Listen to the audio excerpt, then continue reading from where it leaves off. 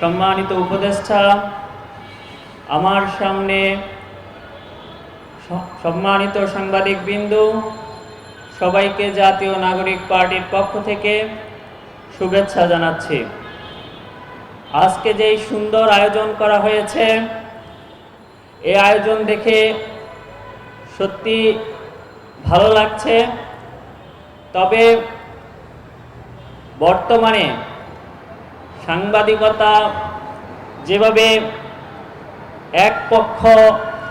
একপাক্ষিকভাবে একটি বড় দলকে ট্রিট করা হচ্ছে, আমরা মনে করি আগামীর যেই নির্বাচন, সেই নির্বাচনের জন্য এটা ভালো কিছু বয়ে আনবে না।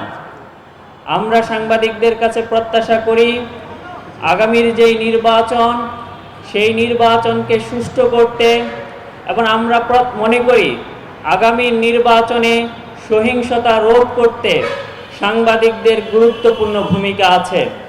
সাংবাদিকরা যদি প্রত্যেকটি কেন্দ্রে তাদের চোখ খোলা রাখে, তাহলেই সহিংসতা রোধ করা সম্ভব হবে এবং সুষ্ঠু নির্বাচন আয়োজন করা সম্ভব হবে।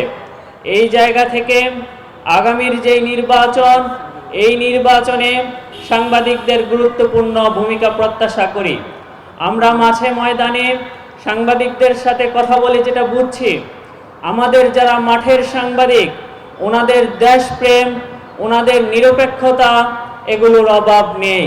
ওনারা আমাদেরকে অভিযোগ করে বলেন, আমরা নিউজ অফিসে দেই, কিন্তু সেই নিউজ ছাড়া হয় না। তার মানে মিডিয়া যারা নিয়ন্ত্রণ করছেন, মিডিয়ার যারা মালিক, তারা হচ্ছে একটি পকেটে ঢুকে গেছেন।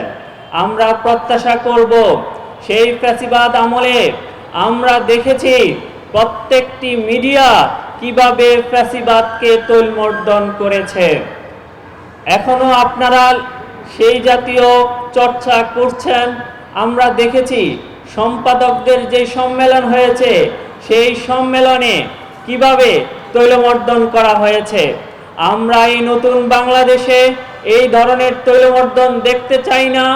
আমরা চাই একটি সাম্যের বাংলাদেশ প্রতিষ্ঠা হোক, যে সাম্য মানে সকল দল, সকল মানুষ, আমি, আপনি সবাই সমান। সবাইকে আবারও শুভেচ্ছা জানিয়ে আমি আমার সংক্ষিপ্ত বক্তব্য শেষ করছি। আসসালামু আলাইকুম।